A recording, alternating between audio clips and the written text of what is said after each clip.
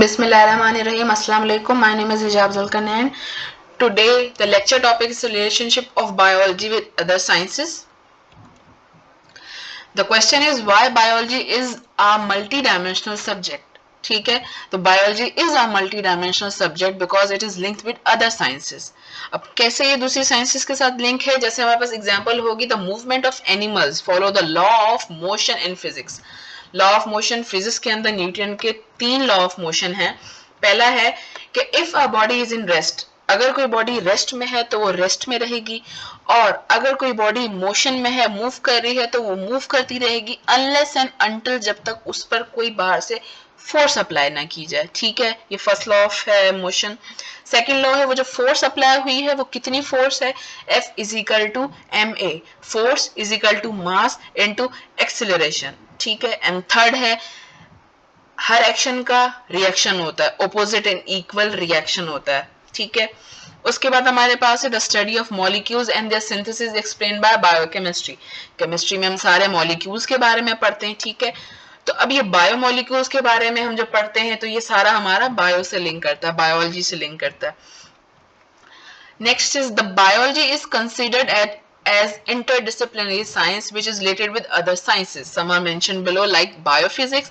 It is a branch of physics in which laws and techniques of physics are applied to explain the process of life. The radiophysics branch where radioactive isotopes are used to trace the translocation of different materials within the organism. Radio labeling and carbon dating also show some uses of radioactive isotopes in determining the age of fossils. अब last lectures में हमने पढ़ा था fossils के बारे में, palaeontology के अंदर जब फॉसिल्स के बारे में हमने पढ़ा तो फिजिक्स की टेक्निक यूज की जाती है उन फॉसिल्स को डिटरमाइन करने के लिए कि अगर डायनासोर के फॉसिल्स हैं तो कितनी पुरानी हड्डियां हैं, दांत कितने पुराने हैं, और जितने भी रिमेन्स हमें मिले वो कितने पुराने हैं. ठीक है, इसलिए फिजिक्स का इस्तेमाल होता है.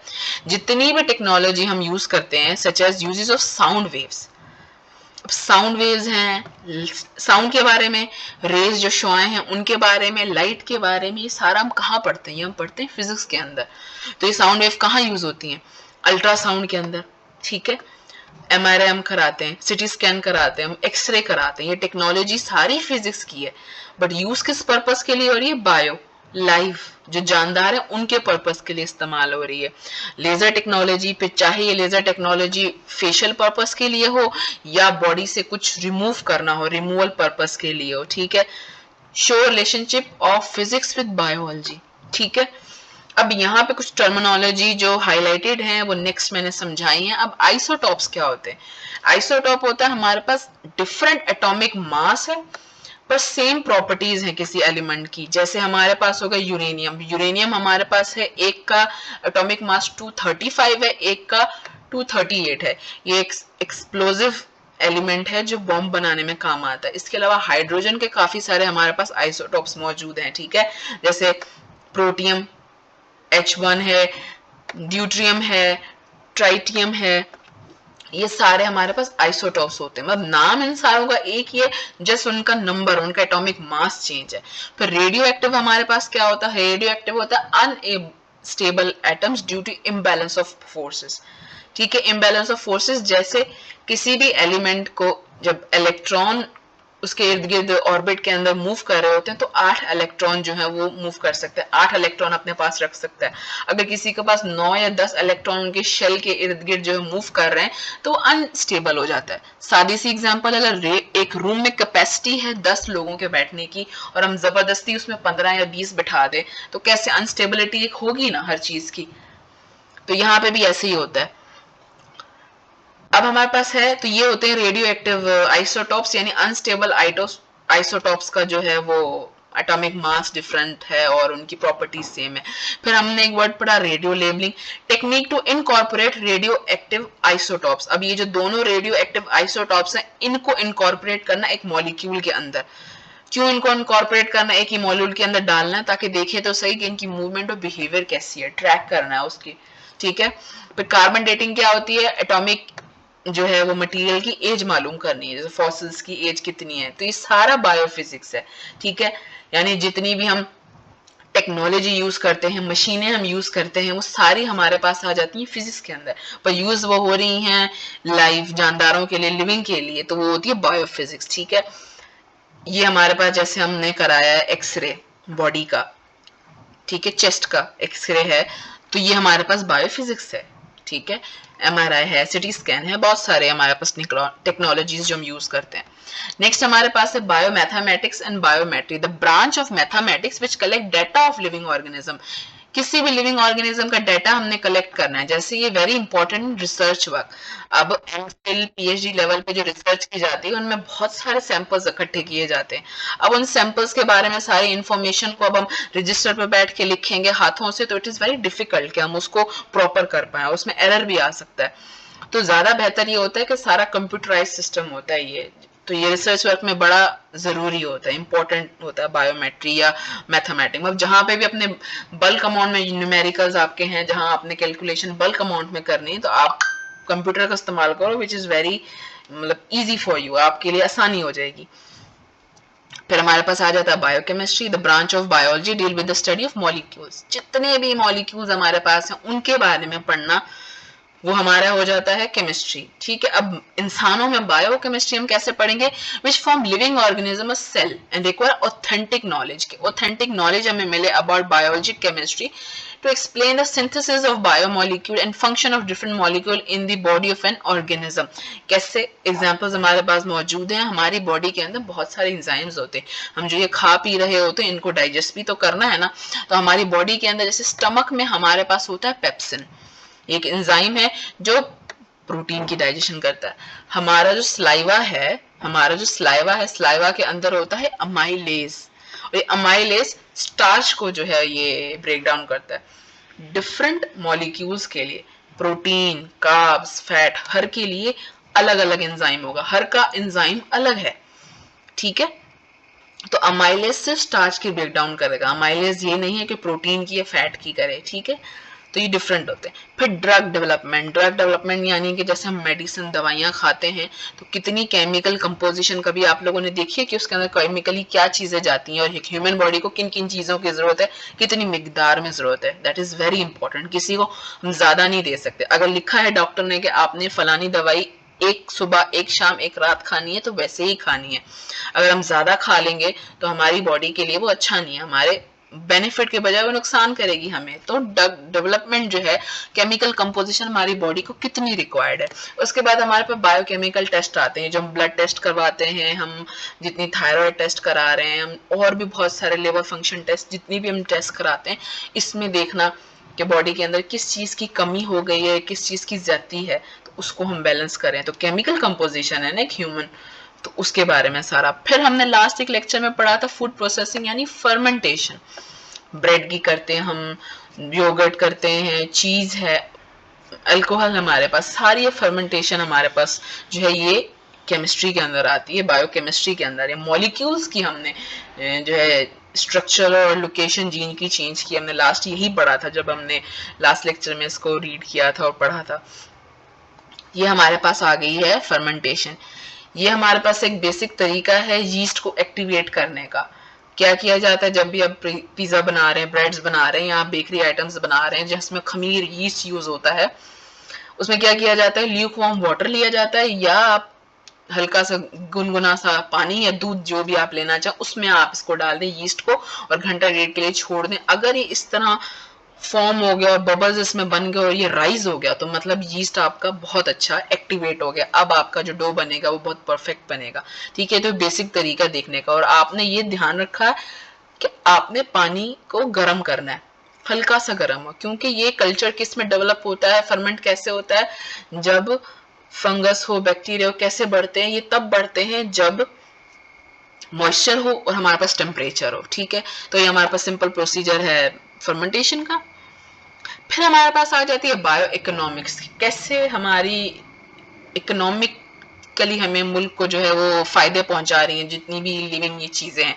This deal with the economically important organism involve in the production such as meat production are calculated for cost value and profit value, कि कितना हमने कॉस्ट लगाई है, हमें प्रॉफिट कितना हुआ, ये हमने जरूर कोई भी हम अगर बिजनेस करते हैं इकोनॉमिकली अपने फायदे के लिए ही करते हैं कि हमें उससे मुनाफा हो, ठीक है।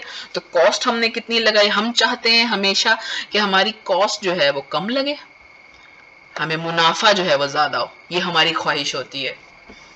जैसे कि हमारे पास थोड़ा सा डाटा मौजूद है, according to Volza's Pakistan export data, ये ट्रेडिंग डाटा देता है आपको कि Pakistan exported 18,230 shipment of meat from October 2023 to September 2024। तकरीबन एक साल के अंदर पाकिस्तान ने 18,230 मीट शिपमेंट्स की हैं, यानी एक्सपोर्ट किया है। सिर्फ अगर आप सिर्फ सितंबर का महीना आप देख लो तो उसमें एक महीने में 14,087 जो है इन्होंने 1400 नहीं 1487 मीट एक्सपोर्ट इन्होंने किया पाकिस्तान है। और सबसे ज्यादा एक्सपोर्टर कौन लेता है पाकिस्तान से, United Arab Emirates, Saudi Arabia लेता है और कुवैत लेता है, ठीक है। और आप लोगों को पता है सबसे ज्यादा मीट एक्सपोर्टर जो है वो इंडिया है, ठीक है। तो ये मीट एक्सपोर्ट करते हैं, इससे फायदा होता है हमारे मुल्क की इकोनॉमी को। ज़ाहिर है हम एक्सपोर्ट इंपोर्ट का बिजनेस हमारे इकोनॉमिकली बड़ा यूजफुल है। इसमें अगर एक हम नुकसान वाली बात करें, एक जैसे टमाटर के ऊपर हम बात करते हैं कि हम टमाटर उगाते हैं, क्लाइमेट चेंज की वजह से बारिशें प्रॉपर टाइम पे होते ही नहीं है, फिर क्या होता है हमें मजबूरन बाहर के मुल्कों से हमें इंपोर्ट कराना पड़ता है अपने मुल्क के अंदर। जाहिर है अब टमाटर तो यूज करने ही करने, हमें प्यूरीज में घरों में टमाटो पेस्ट बनाने में फैक्ट्रीज को इंडस्ट्रीज को जरूरत पड़ती है, तो बड़ा नीडेड चीज है, एक टमाटर बेसिक है। फिर हमने इतनी इंपोर्ट करा ली, अब ऑब्वियसली हम बाहर से इंपोर्ट करेंगे, पूरे पाकिस्तान में हमने सप्लाई करनी है तो किलो 2 किलो तो हम लेने से रहे, हमें पूरी बल्क में बहुत ज्यादा अमाउंट में टमाटर बाहर से इंपोर्ट कराने पड़ते हैं। फिर वो हमने इंपोर्ट करा लिए, अब हमारी वाली जो फसलें हैं वो पक गई हैं, फिर अब इतने ज्यादा हमारे पास टमाटर हो जाते हैं, गवर्नमेंट लेवल पे हमारे पास प्रोविंशियल लेवल पे कोई ऐसा सिस्टम नहीं है हमारे पास कि हम इन टमाटर को स्टोर कर सकें, संभाल लें। फिर वो जो टमाटर जो 400 किलो में बिक रहे थे, फिर वो 100 रुपए किलो में 150 रुपए किलो में बिक रहे होते हैं, और इतने वो या तो खराब हो जाते हैं या वेस्टेज होता था उनका।